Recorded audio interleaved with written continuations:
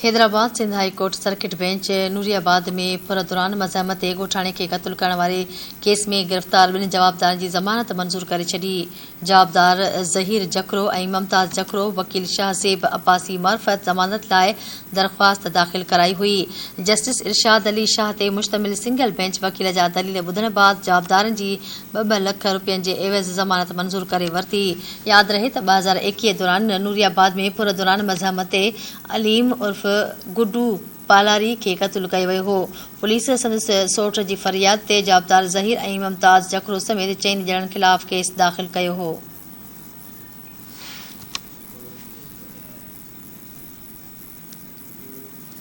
Sindh high court circuit bench मंशियात case में सज़ा ॿुधायल जवाबदार जी सज़ा वारो फ़ैसिलो आर्ज़ी तौर ते मुअत्तल करे संदसि ज़मानत मंज़ूर करे छॾी आहे। 12 अगस्त 2021 ते जवाबदार यूनिस सोलंकी खे एडिशनल सेशन जज जाम शुरो ॾोह साबित थियण ते 4.5 साल क़ैद ऐं 20,000 रुपया ॾंड जी सज़ा ॿुधाई हुई। सेवण जी पुलिस जवाबदार 18 जनवरी ऐं 2021 ते गिरफ़्तार करे संदसि कब्ज़े मां 175 ग्राम चर्स हथ करे केस दाख़िल कयो वियो हुयो। जवाबदार सज़ा ख़िलाफ़ पंहिंजे वकील ताज मोहम्मद कीरियो मार्फत अपील दाख़िल कराई हुई। जस्टिस सलाहुद्दीन पंवर ते मुश्तमिल सिंगल बेंच ॿुधणी कई। अदालत वकील जा दलील ॿुधण बाद जवाबदार जी सज़ा मुअत्तल करे संदसि 50,000 रुपयनि एवज़ ज़मानत मंज़ूर कंदे आज़ादीअ जो हुकुम ॾिनो।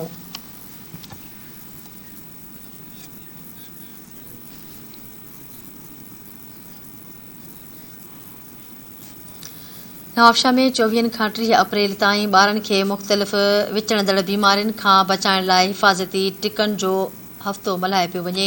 शहीद बेनज़ीराबाद जे DHO पारां अवाम खे आगाही फ़राहम करण ऐं टारगेट हासिल करण लाइ सेमिनार मुनक़िद कयो वियो। सेमिनार में डिप्टी कमिश्नर शहीद बेनज़ीराबाद आमिर हुसैन पंवर महिमान ख़ासि तौर शिरकत कई।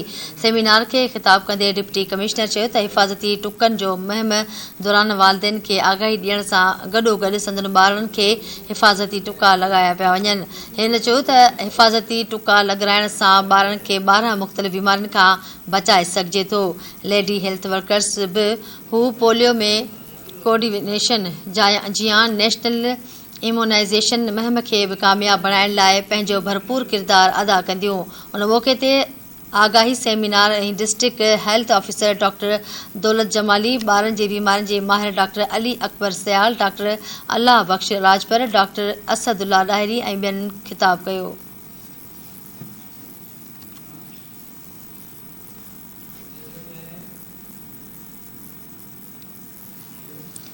मीरवाह गोरशाणी ऐं भरपासे वारनि इलाइक़े में लंपी स्किन वायरस ते ज़ाब्तो न अची सघियो आहे। केतिरा ई जानवर बीमारी में वठिजी विया आहिनि।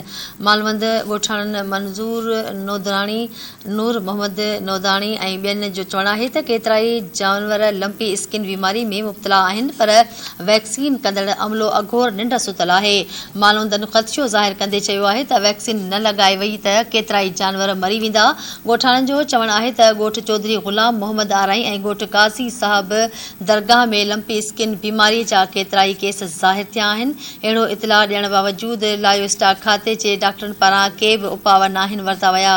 हुननि लायो स्टाक जे सूबाई वज़ीर ऐं ज़िले इंतिज़ामिया खां मुतालबो कंदे चयो आहे त लंपी स्किन बीमारी ते ज़ाब्तो आणण लाइ अमले खे मुतासिर ॻोठनि ॾांहुं उमाणियो वञे त जीअं जानवरनि खे मरण खां बचाए सघिजे।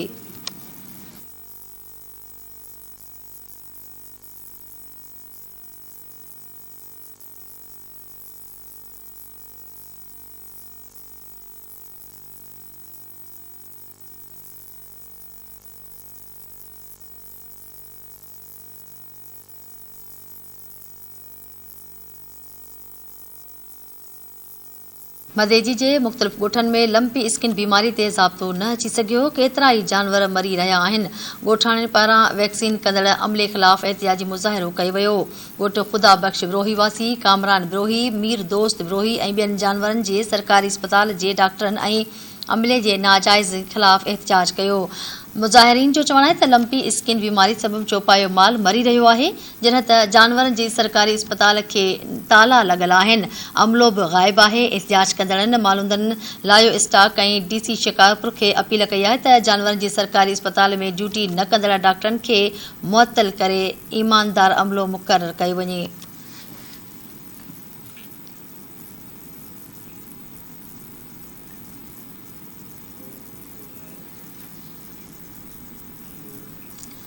कराची जे मुख़्तलिफ़ इलाक़नि में लोड शेडिंग जो सिलसिलो जारी आहे। के इलेक्ट्रिक वज़ाहत करे छॾी तर्जुमान जो चवणु आहे त लोड शेडिंग जो सिलसिलो आरज़ी तौर वधायो वियो आहे।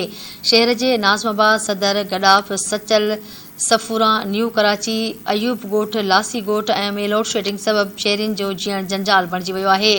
शहरियुनि जो चवणु आहे त गर्मी शुरू थींदे ई रमज़ान महीने जी मुबारक महीने में बिजली जी लोड शेडिंग रुकिजी न सघी आहे, जंहिं सबबि रोज़ेदार सख़्त परेशानियुनि खे मुंहुं ॾियण ते मजबूर आहिनि। के इलेक्ट्रिक जे तर्जुमान जो चवणु आहे त नेशनल ग्रिड खां तक़रीबन 300 मेगावाट बिजली जी खोट आहे। हुन चयो त रजिस्टर्ड सार्फ़िन खे बिजली जी लोड शेडिंग बाबति SMS जे ज़रिए इतला ॾिनो वियो आहे।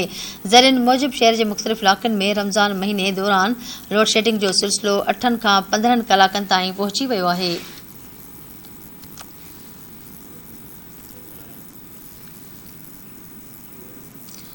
गढ़ी खैरो में गुज़िरियल 5 ॾींहनि खां बिजली बंदि हुजण ख़िलाफ़ शहरियुनि पारां धरणो हयो वियो आहे। शहरियुनि पारां बिजली जी बंदिश ख़िलाफ़ 5 अगले चौक ते धरणो हणी वियो आहे, जंहिं दौरान नारेबाज़ी बि कई वई आहे। एहतिजाज कंदड़नि जो चवणु आहे त बिजली बंदि हुजण सबबि ॾुखियाईनि खे मुंहुं ॾेई रहिया आहिनि। हुननि चयो त शहर जी बिजली बहाल थियण ताईं धरणो जारी रहंदो।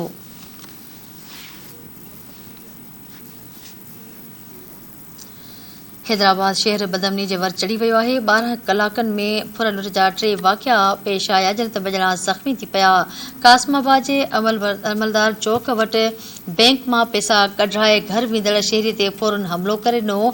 अणॼातल फौरन दियार राम पुटु चीला राम ते छुरियुनि सां हमिलो करे संदसि गलो कपण जी कोशिश कई आहे। भिटाई नगर पुलिस जो चवणु आहे त शहरी दाहूं कयूं, जंहिं ते फोरू फरार थी विया ऐं हू ज़ख़्मी हालत में पाण गाॾी हलाए सिविल अस्पताल पहुतो। अखियुनि ॾिठनि शाहिदनि मूजिबि बैंक जे ATM मां रक़म कढाइण लाइ वियल वापारी गाॾी लॉक न कई हुई। फोरून संदसि गाॾीअ जी पोईं सीट ते अॻु में ई सवार थी विया हुआ। फौरन लिबर्टी मार्केट वारे इलाइक़े में यूटिलिटी स्टोर ते काह करे मुबीन आराई खां 1.5 लख रुपया फुर कया ऐं मज़हब ते केस गोली हणी ज़ख़्मी करे छॾियो। हालांकि हलाणी वारे इलाइक़े में अणॼातल फौरन शमशाद नाले शख़्स खां 1 लख रुपया रोक रक़म फुरे विया। मार्केट में हटड़ी पुलिस वाक़िअनि जी रिपोर्ट दाख़िल करे जांच शुरू करे छॾी।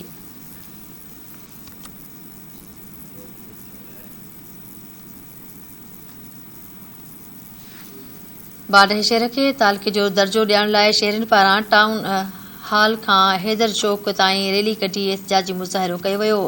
बशीर पठान, दोदो देशी, अलबेलो ओड, अहमद हुसैन गोदड़ाई ऐं ॿियनि जी अॻुवाणी में बाढ ऐं तालुक़े जो दर्जो ॾियण लाइ रैली कढी एहतिजाज कयो वियो। उन मौक़े ते मुज़ाहिरीन मीडिया अॾो दाहींदे चयो त तालुक़े जो दर्जो बाढ वासियुनि जो बुनियादी हक़ आहे। इलेक्शन मुहिम दौरान चूंडियल नुमाइंदनि बाढ खे तालुक़े जो दर्जो ॾियारण जा वाइदा कया हुआ, पर हिन महिल ताईं अमल नाहे कयो वियो।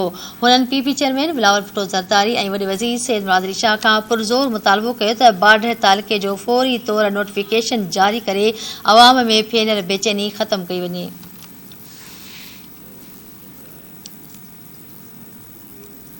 बाडे शहर जे मुख़्तलिफ़ इलाक़नि में पाणी जी खोट ख़िलाफ़ रहवासियुनि एहतिजाजी मुज़ाहिरो करे धरणो हयो। रमज़ान शरीफ़ में दरगाह शरीफ़ पुराणे फुलपोटा मोहल्ला जुणेजा मोहल्ले में पाणी जी शदीद खोट पैदा थी वई आहे। रहवासियुनि वसीम भंड, रजब भट्टी, इल्ताफ़ जोगी ऐं ॿियनि जी अॻुवाणी में बोथरो चौक ते हथनि में ख़ाली दॿा खणी एहतिजाजी मुज़ाहिरो करे सख़्त नारेबाज़ी कई। उन मौक़े ते अॻुवाणनि मीडिया अॾो दाहींदे चयो त गुज़िरियल केतिरनि ई हफ़्तनि खां मोहल्ले में पीअण जे पाणी जी खोट पैदा थी वई आहे। हुननि चयो त हिन जदीद दौर में बि हू मिठे पाणी जे पीअण खां महरूम आहिनि। हुननि आला अख़्तियारनि खां घुर कई आहे त बाढ जे दरगाह मोहल्ले में पाणी जी हथरादू बंदिश जो नोटिस वठी ज़िम्मेवारनि ख़िलाफ़ कार्रवाई कई वञे। ॿी सूरत में एहतिजाज जारी रहंदो।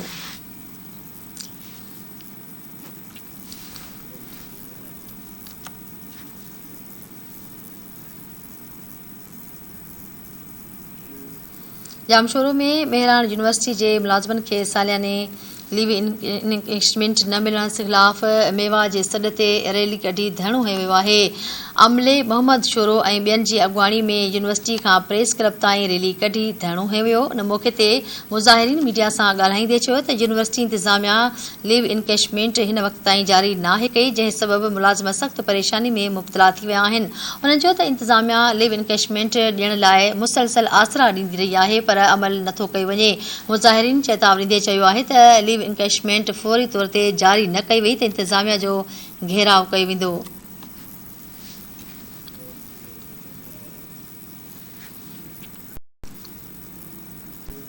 मीरपुर माथिलो में STPA जे मरकज़ी अॻुवाण समेत ॿिनि ॼणनि ते नवाबशाह पुलिस पारां कूड़ा केस दाख़िल करण ख़िलाफ़ रैली कढी एहतजाज कयो वियो। अॻुवाण ज़ाहिद मीराणी जी अॻुवाणी में कारकुननि ते कूड़ा केस दाख़िल करण ख़िलाफ़ भिटाई चौक खां प्रेस क्लब ताईं एहतजाजी रैली कढी एहतजाजी मुज़ाहिरो कयो वियो। उन मौक़े ते मुज़ाहिरीन मीडिया सां ॻाल्हाईंदे चयो त अमन अमान बाबति ख़राब हुअण ख़िलाफ़ एहतजाज करण ते नवाबशाह पुलिस कारकुननि ते कूड़ा केस दाख़िल कया आहिनि। उन्हनि चयो त पुलिस बिना जवाज़ जे कारकुननि ख़िलाफ़ दहशतगर्दी एक्ट तहत 4 केस दाख़िल कया विया आहिनि। मुज़ाहिरीन मुतालबो कयो आहे त STP अॻुवाणनि ख़िलाफ़ दाख़िल कयल कूड़ा केस ख़त्म कया वञनि, ॿी सूरत में सख़्त एहतजाजी मुज़ाहिरो कयो वेंदो। जैकमाबाद में सिंध तरक्की पसंद पार्टी अॻुवाणनि ते कूड़ा केस दाख़िल करण ख़िलाफ़ रैली कढी एहतजाजी मुज़ाहिरो कयो वियो। अब्दुल सत्तार जागीरानी, निज़ाम मस्तोई, मोहम्मद उमर सुलंगी, सैयद अली शाह ऐं ख़ादिम सरकी जी अॻुवाणी में STP कारकुननि ते कूड़ा केस दाख़िल करण ख़िलाफ़ प्रेस क्लब ताईं रैली कढी एहतजाजी मुज़ाहिरो कयो वियो। उन मौक़े ते मुज़ाहिरीन मीडिया सां ॻाल्हाईंदे चयो त नवाबशाह में STP मरकज़ी अॻुवाण निसार कीरियो समेत कारकुननि ते कूड़ो दहशतगर्दी जो केस दाख़िल कयो वियो आहे। मुज़ाहिरीन आला अख़्तियारनि खां मुतालबो कंदे चयो आहे त SUP जे कारकुननि ते दाख़िल कयल कूड़ा केस ख़त्म कया वञनि, ॿी सूरत में सख़्त एहतजाज कयो वेंदो।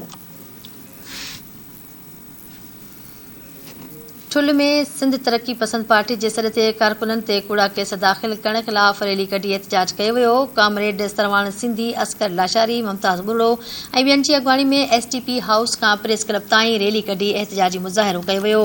उन मौक़े ते मुज़ाहिरीन चयो त नवाबशाह में पुलिस मरकज़ी अॻुवाण निसार अहमद कीरियो ऐं संदसि साथियुनि ख़िलाफ़ दहशतगर्दी एक्ट तहत कूड़ा केस दाख़िल कया विया आहिनि। मुज़ाहिरीन आला अख़्तियारनि खां मुतालबो कंदे चयो आहे त कारकुननि ते दाख़िल कयल कूड़ा केस ख़त्म कया वञनि, ॿी सूरत में सख़्त एहतजाज कयो वेंदो।